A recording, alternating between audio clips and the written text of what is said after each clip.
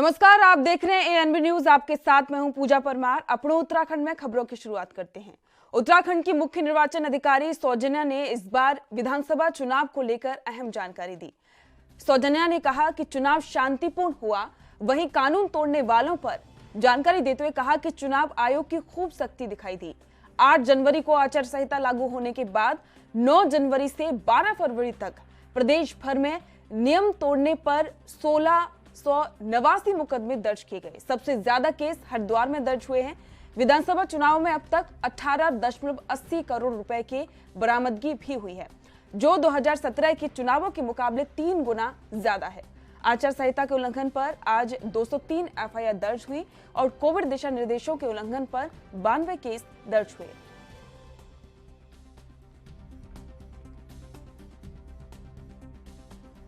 आज विधानसभा 2022 का जो असेंबली इलेक्शंस था वो अभी तक पीसफुली चला। 70 असेंबली कॉन्स्टिट्यूंसी का 11,697 बूथ्स में मॉर्निंग मॉक पोल हुआ। मॉक पोल के समय पर कुछ ईवीएम्स में जहाँ पे एरर आए थे उसको हमने रिप्लेस करा दिया था। उसके बाद पोल स्टार्ट हो गई थी।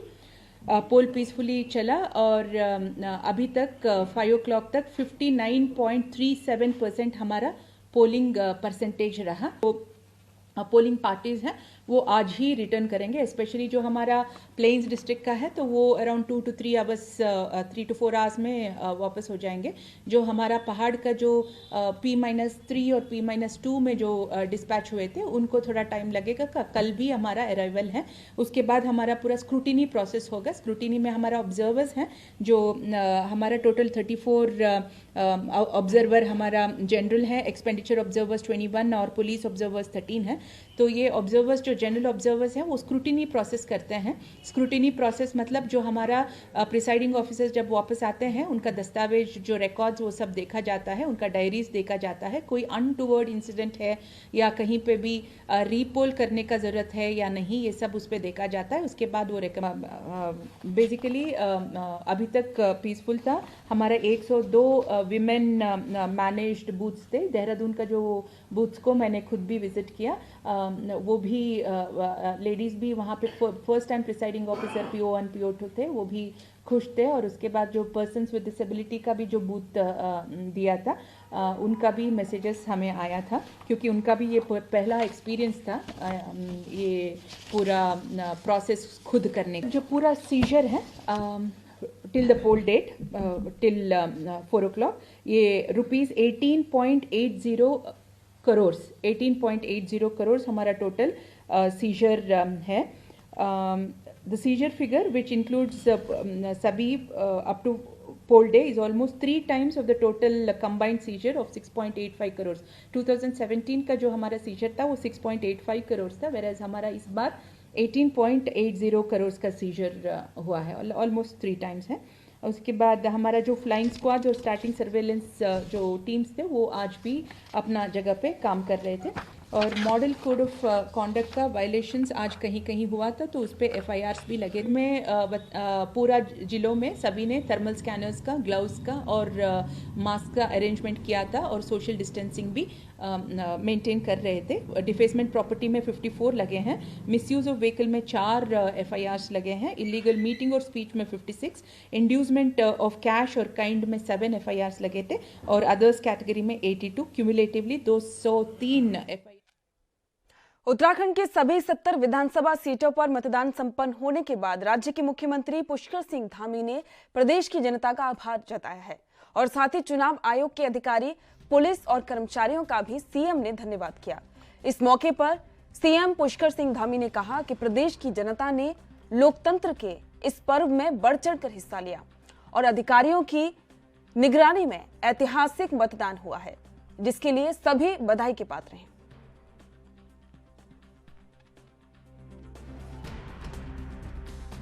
नहीं, हम उत्साहित हैं और उत्तराखंड की जनता ने आज बढ़ चढ़कर मतदान में भाग लिया है।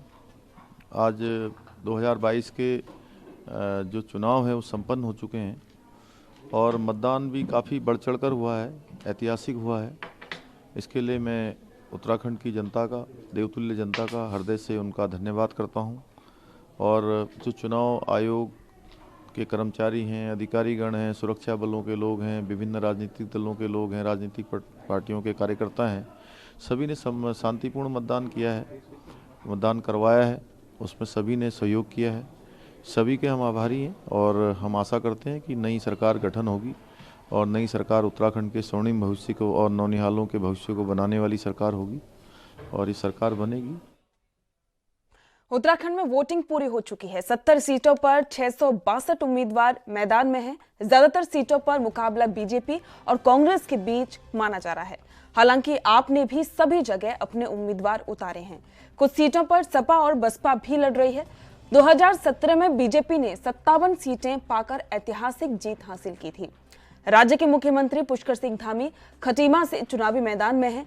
वहीं हरीश रावत इस बार लालकुआ से सीट से ताल ठोक रहे हैं।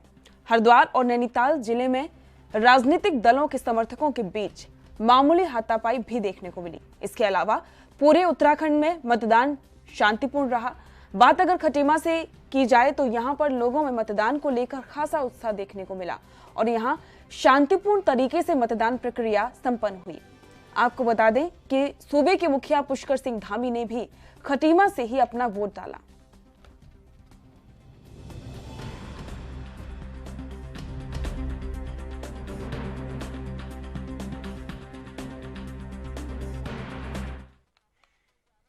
उत्तराखंड में आज मतदाताओं ने अपना भरपूर योगदान देते हुए लोकतंत्र के इस पर्व में बढ़ चढ़कर हिस्सा लिया। मतदाताओं ने अपने घरों से निकलकर अपने मत का पूर्ण उपयोग करते हुए प्रत्याशियों के भाग्य को मत पेटी में कैद कर दिया। आपको बता दें कि अगर बात लालकुआ सीट की जाए तो यहां पर कांग्रेस के हरीश रावत का मुकाबला बीजेपी के मोहन सिंह बिष्ट से है। बीजेपी प्रत्याशी मोहन सिंह ने कहा कि बीजेपी को जनता का अपार प्यार मिला है और यहां भारी अंतर से जीतकर बीजेपी सरकार बनाएगी। तो वहीं पूर्व मुख्यमंत्री और लालकुआ से कांग्रेस के प्रत्याशी हरीश रावत ने चुटकी लेते हुए कहा कि बीजेपी तो गई, प्रदेश में अब जनता परिवर्तन चाहती है।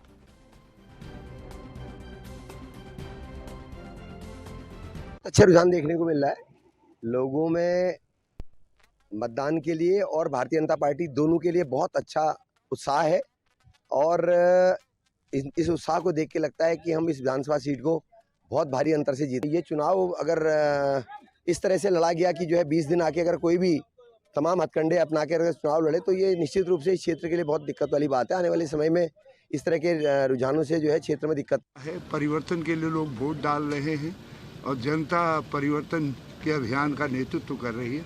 हम तो निमित्त मात्र हैं और हम तो एक उसमें एक भागीदार हैं, मगर जनता स्वयं नेतृत्व कर रही है और भाजपा तो। उत्तराखंड में वोटिंग खत्म होने के बाद कांग्रेस नेता हरीश रावत ने बीजेपी पर करारा हमला किया। हरीश रावत ने कहा कि मोदी जी और बीजेपी सेना का अपमान कर रही है। सेना कभी भी एक पार्टी का पर्याय नहीं हो सकती। सेना भारत की सेना है, जैसे भारत के नागरिक हैं, जैसे भारत का संविधान है। ये बीजेपी की सेना नहीं है, ये भारत की सेना है। बीजेपी हमारे शहीदों की शहीदी का फायदा उठाने की कोशिश करती है। सेना सारे देश की संपत्ति है, उसे तेरा मेरा में बांटने की कोशिश क्यों करती हैं? और इसी को लेकर रावत ने कहा कि सेना को मेरा तेरा में बांटकर बीजेपी देश का गंभीर अहित कर रही है।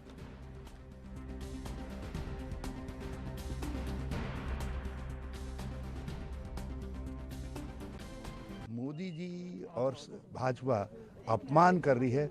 सेना कभी एक राजनीतिक दल का पर्याय नहीं होती है। सेना भारत की सेना है, भारतीय सेना है। जैसे भारतीय संविधान है, जैसे भारतीय नागरिक है, उसी तरीके से भारतीय सेना है। ये भाजपाई सेना नहीं है, ये सरकारी सेना नहीं है। और आप जो है सेना का यदि राजनीतिकरण करने की कोशिश करोगे तो हमारे महान सैन्य परंपरा, विशेषतौर उत्तराखंड में तो गब्बर सिंह से लेकर दरवान सिंह से लेकर के जो स्टार्ट हुई, मेजर सोमनाथ शर्मा, जसवंत सिंह रावत, विभूति ढोंडियाल, अभी विभूति ढोंडियाल चित्तेश बिष्ट, एक के बाद एक हमारी परंपराएं, महान परंपराएं हैं। उन परंपराओं को का आप यदि राजनीतिकरण करेंगे हम हर्ट फील करेंगे। मेरे दामाद शहीद हुए ऑपरेशन कश्मीर में, तो उस दिन जिस दिन वो शहीद हो गए उस दिन वो देश की धरोहर हो गए। उसका उपस्थिति का राजनीतिक फायदा उठाने का हरीश रावत को कोई हक नहीं रह गया। वो देश के हैं और भाजपा हमारे शहीदों की शहीदी का राजनीतिक फायदा उठाने की कोशिश करती है और आर्मी का राजनीतिकरण करने की कोशिश करती है, बांटने की कोशिश करती है। ये तेरा मेरा कहाँ से आ गया? तो भाजपा ये तो सारे देश की संपत्ति है, उसको तेरे मेरे में क्यों बांट लो? माँ क्या हर बेटा जो है समान होता है? माँ को यदि तेरी माँ मेरी माँ में बांट देंगे तो कैसे होगा? वैसे तेरी सेना मेरी सेना में बांट करके भाजपा जो है देश। केंद्रीय रक्षा और पर्यटन राज्य मंत्री अजय भट्ट ने रानीखेत पहुंचकर यहां सरकारी स्कूल में बने बूथ में अपनी पत्नी एडवोकेट पुष्पा भट्ट के साथ मतदान किया। इस दौरान उन्होंने हरीश रावत के मतदान से वंचित रहने पर बयानबाजी भी की और साथ ही वोट डालने के बाद उन्होंने कहा कि पूरे राज्य में बीजेपी की लहर है और इसी के साथ में कहा कि लोगों ने बीजेपी सरकार की जनहितकारी योजनाओं पर वोट डाला है। बीजेपी का 60 पार का नारा साकार होने जा रहा है। उन्होंने कहा कि कमल का फूल ही हमारे लिए सर्वोत्तम है और इस बार मिथक टूट रहा है और बीजेपी सरकार पूरे बहुमत के साथ बनने जा रही है।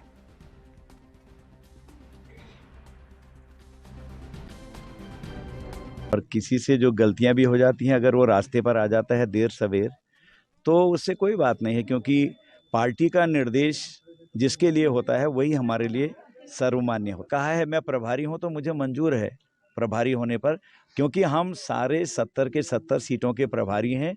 हमारी ज्वाइंट एंड सेवरल लायबिलिटी है कि 70 की 70 सीटें जीतें। ये पृथक और संयुक्त दायित्व हर एक का होता है। आप किस तरीके का की बार 60 पार का मंत्र जो है वो पार होने जा रहा है। भारतीय जनता पार्टी की सरकार बनने जा रही है दोबारा से। पहली बार मिथक टूट रहा है। जाना चाहिए। मैं तो पिछली बार जब मैं वहाँ से उठ रहा था नैनीताल से, और वहाँ से भी वोट डालने यहाँ आया, सुबह सुबह आके मैंने अपना वोट कास्ट किया और फिर मैं अपने बूथ जितने थे उस पर दिन भर घूमा। तो ये तो आप वोट ले सकते हैं और वोट डालने नहीं आ सकते हैं, ये अच्छी परंपरा नहीं है, क्योंकि लोकतंत्र में वोट अमूल्य है। आपका एक वोट, एक मजदूर भाई का एक वोट, या कोई महरी बहन है उसका एक वोट, और जो टाटा बिरला जी हैं अरबपति हैं उनका एक वोट बराबर है। इसलिए वोट तो आप ले रहे हैं और देने नहीं आ रहे हैं तो। कांग्रेस प्रत्याशी यशपाल आर्य ने पत्रकार वार्ता के दौरान अपनी जीत का दावा करते हुए कहा कि मेरे खून में ही कांग्रेस है। उन्होंने कहा कि वो बीजेपी में असहज महसूस करते थे। इतना ही नहीं, यशपाल आर्य ने कहा कि बीजेपी को जनता ने नकार दिया है और प्रदेश में कांग्रेस की बहुमत से सरकार बनेगी। वहीं सीएम चेहरे को लेकर पूछे गए सवाल पर उन्होंने कहा कि हाईकमान का फैसला ही सर्वोत्तम होगा। लेकिन मैं कह सकता हूं कि एक माहौल बना है। भारतीय जनता पार्टी की सरकार का लेखा जोखा जनता के सामने है और आप प्रश्न करेंगे कि आप भारतीय जनता पार्टी सरकार में रहे हैं। मैं निश्चित रूप से रहा हूं, लेकिन मैंने कभी अपने को सहज महसूस नहीं किया, असहज महसूस किया। भारतीय जनता पार्टी की विचारधारा और कांग्रेस की विचारधारा में बहुत ज़मीन आसमान का फर्क है और मैं वहाँ असहज महसूस करता रहा। आखिरकार मैंने कांग्रेस में शामिल हुआ। 40 साल का राजनीतिक जीवन में कार्यकर्ता के रूप में मैंने काम किया। मेरा राजनीतिक सफर कहिए, राजनीति यात्रा कहिए, मेरी कांग्रेस में रही है। मैं मूल रूप से कांग्रेस विचारधारा का रहा हूँ। मेरे खून में कांग्रेस है। लेकिन जो स्थिति है, जो 5 साल में 4.5 साल में कांग्रेस भारतीय जनता पार्टी में रहा, तो सरकार में रहा, एक अंग था सरकार का। लेकिन जो हालात थे, जो इस तरह की परिस्थितियाँ थी, वो ये विपक्ष में अच्छा काम करते, विपक्ष की भूमिका को निभा सकते हैं, लेकिन सरकार चलाने का अनुभव नहीं है। जो सरकार चलाना आता है और सरकार भी एक आक्षेप लगता रहा है कांग्रेस पर। लगता है सर आपने मैंने भापा नहीं है। मैंने कहा ना कि मैं आया हूँ। मैंने तब भी कहा, आपने देखा होगा, मैंने तभी कहा मैं कांग्रेस में आया हूँ। कांग्रेस के मूल्य जो हैं, कांग्रेस के सिद्धांत हैं, जो कांग्रेस की नीतियाँ हैं, उसको मैं उसके अनुरूप मैं कार्य करूँगा और 2022 में मैं कांग्रेस को स्थापित करने के लिए एक कार्यकर्ता के रूप में कार्य करूँगा। मेरा कोई लालसा नहीं है, कोई लोभ नहीं है, कोई लालच नहीं है, न पद की आकांक्षा है। लेकिन सर विधानमंडल दल की बैठक, कांग्रेस की बैठक हो चाहे अन्य दलों की बैठक, लेकिन कांग्रेस का स्पष्ट है विधानमंडल दल की बैठक होती है, ऑब्जर्वर आते हैं, पर्यवेक्षक आते हैं, राय लेते हैं और पार्टी हाईकमान उसके आधार पर निर्णय लेता है। तो जो पार्टी का निर्णय होगा उसको सभी को स्वीकार करना चाहिए, श्रोधार्य करना चाहिए, यही होगा। मन से कहा है, खुले दिल से कहा है, तो मैं उनका स्वागत करना चाहूँगा। क्योंकि देखिए जो पार्टी का निर्णय होता है या उन्होंने कहा है कि भाई एक चेहरा दलित चेहरा, मैंने कोई इस तरह की जातिवाद की राजनीति कभी नहीं की है। मेरा आप पिछला रिकॉर्ड देख लीजिए, मैंने सब कुछ साथ लेके चले हैं और राजनीति में जातिवाद के आधार पर हम राजनीति करेंगे, हम कभी सफल ही नहीं हो सकते हैं।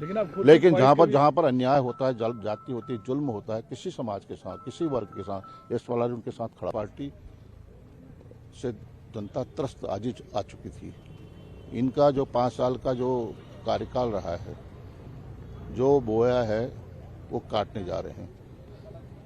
बोया पेड़ बबूल का तो आम कहाँ से खाए, ये स्थिति भारतीय जनता पार्टी की है और भारतीय जनता पार्टी को इस प्रदेश की महान जनता ने नकार दिया है और कांग्रेस पूरी मजबूती के साथ, स्थायित्व के साथ स्थापित होने जा रही है। उत्तराखंड की 5वीं निर्वाचित विधानसभा के लिए सुबह 8 बजे से मतदान शुरू हुआ और जो शाम 6 बजे तक जारी रहा। लेकिन कुछ केंद्रों में शाम 6 बजे के बाद भी वोटिंग जारी रही। प्रदेश के मतदाताओं ने बढ़ चढ़कर मतदान किया। बीजेपी प्रदेश अध्यक्ष मदन कौशिक ने कहा कि लोगों ने विकास के मुद्दे पर वोट दिया है।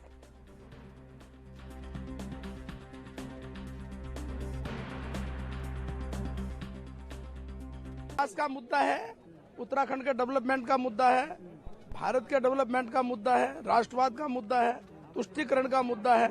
ये सारे हमारे सामने खड़े हैं। दूसरे दल केवल एक मुद्दे लाकर यूनिवर्सिटी की बात करके, जुमे की छुट्टी की बात करके अपना वोट बढ़ाना चाहते हैं। हम डेवलपमेंट के आधार पर वोट बढ़ाना चाहते हैं। रावत ने मुस्लिम यूनिवर्सिटी की बात कही, तो क्या आप लोग उसके बचाव में कॉमन सिविल कोड लेकर आए हैं? नहीं, हमारा एजेंडा है। आपको याद होगा आज से क्या नहीं, जब पार्टी बनी थी हमारी पार्टी का, चाहे वो राम मंदिर की बात करें, 370 की बात करें, 3 तलाक की बात करें, सीए की बात करें, ये हमारी पार्टी का एजेंडा है। कॉमन सिविल कोड भी उसमें से एक। पिछली बार 57 सीटें आप लोग जीत कर आए थे, इस बार का अच्छा जीत रहे हैं, उससे अच्छा करेंगे। हरिद्वार की क्या स्थिति रहने वाली है? अब ये आप बताइए, देख के मुझे, मैं आपसे ही पूछूंगा। आप घूम कर आए हैं? मैं घूम के आऊँ, आप भी घूमिए, फिर मुझे बताइए। उत्तराखंड में 5वीं विधानसभा के लिए सोमवार को मतदान शांतिपूर्ण रहा। शाम 5 बजे तक प्रदेश की 70 विधानसभा सीटों पर 59.37% मतदान हो चुका था। 2017 की विधानसभा चुनाव में 65.60% मतदान हुआ था। चुनाव आयोग की रिपोर्ट के मुताबिक शाम 5 बजे तक हरिद्वार जिले में सबसे अधिक 67.58% मतदान हो चुका था। पहाड़ का उत्तरकाशी जिला मतदान के मामले में अभी तक दूसरे स्थान पर रहा। जिले में 5 बजे तक 65.55% वोट पड़ चुके थे। प्रदेश में अभी तक सबसे कम मतदान अल्मोड़ा जिले में हुआ और इसी के साथ में आपको बता दें कि पौड़ी जिला भी 51.93% मतदान ही हुआ और मतदाता मतदान करने पहुंचे, उनकी प्रतिक्रिया आपको सुनवाते हैं। पहले मतदान फिर जलपान। हमको यह अंदाज था कि 7 बजे वोटिंग शुरू हुई। हम यहाँ मॉर्निंग वॉक पे आते हैं शूट पे, तो हमने हिसाब लगाया कि हम मॉर्निंग वॉक पे आ रहे हैं और 7 बजे का हमें अंदाज था। देखिए बाकी जब यही 8 बजे से है, तो हमने कहा मुद्दे क्या है आपके? मुद्दे जो है वो देखिए मुद्दे महंगाई है, लेकिन साथ साथ जो है वो लोग महंगाई कह रहे हैं, लेकिन महंगाई के साथ आज के जमाने में लोगों की इनकम भी बढ़ी है। लोग पेट्रोल कह रहे हैं, उसके साथ इनकम भी बढ़ी है। लेकिन ये नहीं है कि महंगाई मुद्दा है, मुद्दा सफाई है, मुद्दा ये पानी है, सिविल है, हमारे यहाँ की रोजगार की शिक्षा है, बेरोजगारों को रोजगार मिलना चाहिए। ये सब मुद्दों पे महिलाओं की सुरक्षा होनी चाहिए। इन्हीं सब मुद्दों पे हम जो है वोट करते हैं। ये देखिए रोजगार सबको चाहिए। देखिए तो ये सब बात देखते हुए जो है वो वोट करनी चाहिए, क्योंकि जो है ये हम सबसे पहले वोटिंग करते हैं अपने शहर में हमारा कौन विधायक अच्छा काम करता है। उसके बाद हम देखते हैं कि प्रदेश में कौन सरकार हमारा अच्छा काम करती है। इन सब मुद्दों को देखते हुए, केवल एक मुद्दा नहीं देखते, सभी चीजों मुद्दों को देखते हुए हम वोटिंग करते हैं। आके मतदान के लिए आया हूँ और मैं अभी प्रदेश के भविष्य के बारे में सोच रहा हूँ कि इसमें अच्छी सरकार बने। जो भी यहाँ से विधायक चुन के आए वे लोगों का साफ सफाई से लेके शिक्षा, चिकित्सा, ये हर जो व्यक्ति की विशेष व्यवस्थाएं होती हैं उनकी ओर ध्यान देते हुए अपना 5 साल कार्य पूरा करे। तो सफाई, चिकित्सा, शिक्षा आने मुद्दे पर वोट करेंगे। चाहिए मतलब हर व्यवस्था सही होनी चाहिए, ऐसा वो आना चुन के आना चाहिए कि जो सबका मतलब विकास करे, यही होना चाहिए। तो क्या मतदान बदलाव के लिए भी आप करेंगे या मतदान आप मुद्दे आधारित करेंगे? महिलाओं के कुछ खास मुद्दे होते हैं, आपके जहन में आता है कि महिलाओं के लिए कुछ खास मुद्दे होने चाहिए जिसको ध्यान में रखकर आप मतदान करने आई हैं? महिलाओं के लिए क्या है, मतलब हर चीज उनकी मतलब कुछ सस्ता भी होना चाहिए, जैसे सिलेंडर है, ये है, कुछ कम भी होना चाहिए और सरकार ऐसी होनी चाहिए जो कि सबकी देखरेख करे, सबकी सुने। उत्तराखंड के विधानसभा चुनाव के जनपद चमोली में मतदान के दौरान मतदाताओं की लंबी कतारें देखने को मिली। उसमें कुछ लोग ऐसे भी थे जो शरीर से लाचार थे, तो कुछ मानसिक रूप से बीमार भी थे। किसी को चलने में दिक्कत आ रही थी और लड़खड़ाते हुए कदमों से मतदान केंद्र की ओर जाने को उत्सुक भी थे।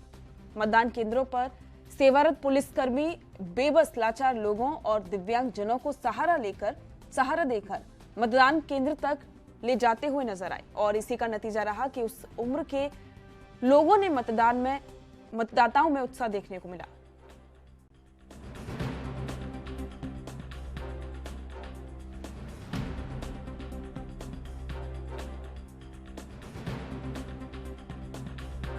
आपको बता दें कि उत्तराखंड में 5वीं विधानसभा चुनाव के लिए आज मतदान हुआ और इसके लिए लगातार वहां के मतदाताओं में भी भारी उत्साह देखने को मिला। विधानसभा चुनाव में लालकुआं के मतदान का क्रेज जमकर देखने को मिला। क्या बुजुर्ग और क्या कुछ युवा और क्या महिलाएं और क्या दिव्यांग सभी अपनी उपस्थिति लोकतंत्र के इस महापर्व में दर्ज कराई।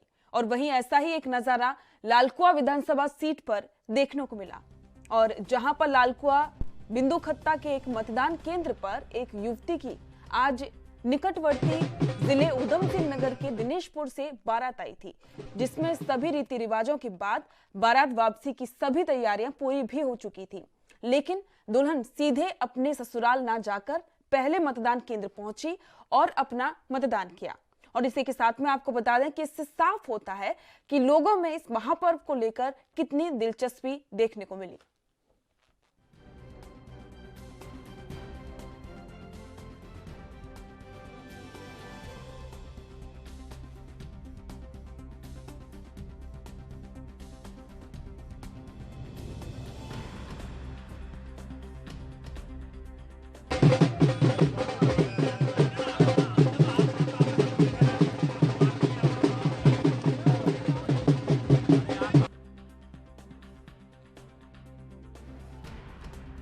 देखिए, सबसे पहले तो हमारा मतदान करना हमारा आम जनता का अधिकार है, तो शादी भी ज़रूरी है लेकिन पहले वोट डालना ज़रूरी है, तो इसलिए पहले हमने अधिकार पहले रखा। किस तरीके से देखते हैं आप? देखिए, अब शादी भी पड़ गई और इलेक्शन की डेट भी आ गई उसी दिन की, तो अब दोनों ही ज़रूरी थे, तो दोनों ही करना ज़रूरी समझा। कितना उत्साह लग रहा है? तो है, क्योंकि इलेक्शन है और हमारे भविष्य के लिए है, तो खुशी तो है। तो किस तरीके? ये है कि कोई भी जीते, हमारे वहाँ से कोई भी विधायक, संसद जो भी बनता है, तो मैं बस यही कहना चाहूँगी कि जो भी उन्होंने वादे किए हैं वो जरूर पूरे करें। हल्द्वानी विधानसभा के खालसा नेशनल बालिका इंटर कॉलेज नैनीताल में दिवंगत नेता प्रतिपक्ष डॉक्टर इंदिरा हृदयेश के बेटे और कांग्रेस प्रत्याशी सुमित हृदयेश ने अपने 2 बड़े भाइयों के साथ मतदान किया। इस मौके पर सुमित हृदयेश ने मतदाताओं से विकास के नाम पर वोट करने की अपील की। कांग्रेस प्रत्याशी सुमित हृदयेश का कहना है कि हल्द्वानी को वे पूर्व विधायिका इंदिरा हृदयेश की कार्यशैली को आगे बढ़ाना चाहते हैं और हल्द्वानी से समग्र विकास का लगातार वो आगे करना चाहते हैं।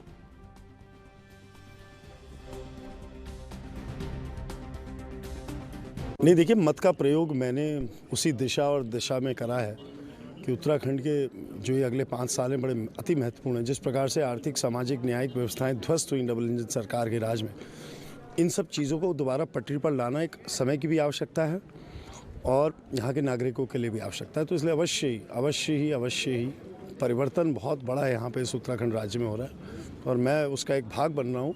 और माताजी की सोच को आगे बढ़ाने का मुझे पार्टी ने निर्देश दिया है। अब मैं अपने परिवार के निर्देश के लिए रुका हूँ, ये मेरा सौभाग्य है। जो विकास की पटरी उसको सिकड़ना है। यहाँ पे लोग आर्थिक तौर से बहुत तंग हैं, उनके लिए रोजगार के नए अवसर पैदा करना बहुत बड़ी चुनौती है। तो ये सारे मुद्दों पर मैं काम कर रहा हूँ। यही मतदाताओं को कह सकता हूँ कि विकास के लिए वोट करें, आर्थिक न्यायिक सामाजिक व्यवस्थाएं सुधारने के लिए वोट करें और अर्थव्यवस्था में जो गिरावट आई है उसको सुधारने के लिए आपका वोट जाना चाहिए। चुनाव सारी जनता ने केवल हमारी माँ के लिए श्रद्धांजलि के रूप में करा है और इसीलिए चुनाव बहुत साइलेंट रहा क्योंकि आदमी दिल से वोट कर रहा है। सुबह 8 बजे से जो हर पोलिंग स्टेशन पे लंबी कतारें लगी हैं वो इस बात को साबित करती हैं कि इनकम्बेंसी फैक्टर से ज़्यादा श्रद्धांजलि फैक्टर प्ले कर रहा है।